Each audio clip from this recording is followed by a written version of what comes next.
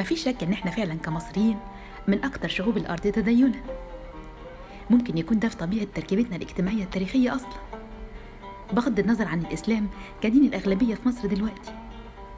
مصر على مر تاريخها الطويل كانت دايما أمة مهتمة بالدين، بل تقدسه. فسواء ده كان السبب الوحيد فعلا أو كان في أسباب أخرى للتدين الواضح على المصريين، من أحوال اقتصادية لطريقة تربية للظرف السياسي للتركيبة الاجتماعية العجيبة لنوع الخطاب الديني أو لغيره وغيره، في كل الأحوال تبقى الحقيقة إن في تدين كتير جدا في الظاهر المصري. تقول لحد صباح الخير يقول لك عليكم السلام، تقول للرسول يقولوا عليه الصلاة والسلام، ناس تتخانق يقولوا لا إله إلا الله، ناس تتصالح يقولوا سبحان الله، تجيب حاجة جديدة ما شاء الله، تركب الأسانسير تقرأ دعاء الركوب، تروح محل تسمع قرآن، تركب تاكسي تسمع قرآن، تكلم حد في التليفون ويحطك على الويتنج تسمع قرآن برضه، حد يتنرفز يقولوا له صلي على النبي وهو يقول استغفر الله العظيم. والجوامع عامرة وعمرو خالد عنده ملايين المريدين، وملايين أكتر بيصلوا التراويح في رمضان. ومش برامج دينية بقى، لا ده كان زمان، دي محطات. الله الله الله، حلو قوي قوي الكلام ده. ولو حد شافنا من بره يقول ده الناس دول كلهم هيروحوا الجنة طابور.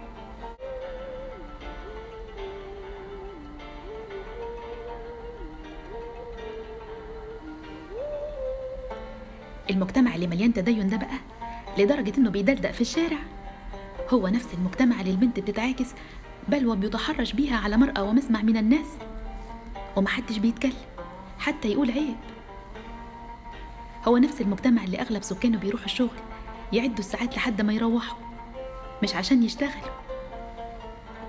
يعني هو إن الله يحب إذا عمل أحدكم عملا أن يتقنه، ده مش دين برضو ولا ده تفاريح ولا إيه؟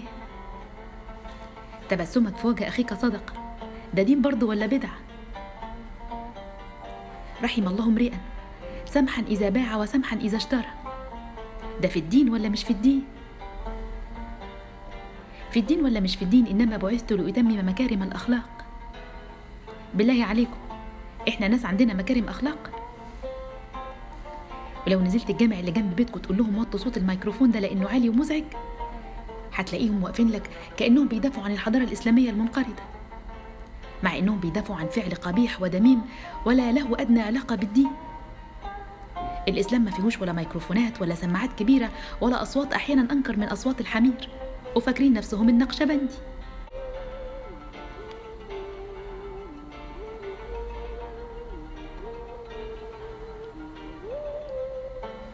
شوف بتتعامل مع الموت إزاي وانت تعرف إن أغلب تديننا ظاهري. شوف العلاقة بين الرجل ومراته عاملة إزاي في أغلب البيوت المصرية، تعرف إن أغلب تديننا ظاهري. شوف اللي بيطلب منك رشوة بيصلي ولا لأ. شوف اللي كروت لك آخر شغلانة عنده زبيبة ولا لأ. شوف كم واحد باع لك حاجة قديمة على إنها جديدة. شوف الناس بتكلم بعض إزاي، شوف الناس بتسوق إزاي، شوف الناس بتقتات على سيرة بعض إزاي.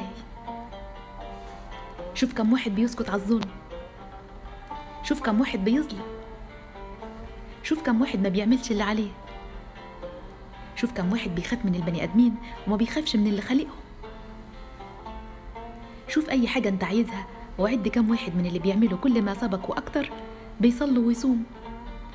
تعرف على طول إننا لم نتعدى قشرة القشرة بتاعة الدين الواسع السمح الجميل، اللي من شأنه إذا فهم كما ينبغي إنه يعمل مجتمع مختلف تماماً عن اللي إحنا فيه ده. ما ينفعش التدين يبقى ستارة بنخبي وراها وحشتنا وكذبنا وسلبيتنا وأنانيتنا وعدم اهتمامنا، ولا بالشغل ولا بالناس ولا بالوطن ولا بالشارع حتى، بس شاطرين في الهتافات والشعارات والسلام عليكم ورحمة الله وبركاته.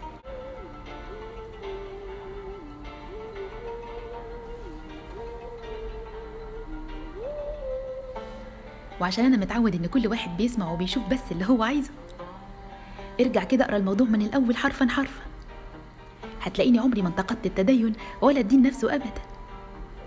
أنا بنتقد الطريقة الجوفاء الخالية من المعنى والقيمة اللي للأسف الواقع بيؤكد إنها طريقة أغلبنا في العبادة. وأنا ما جبت سيرة المسيحيين في الموضوع ده على فكرة مش عشان أقباط مصر كلهم ملايكة ولا حاجة، بل على سبيل درء الحساسيات، عشان محدش يقول لي أنت مالك بينا.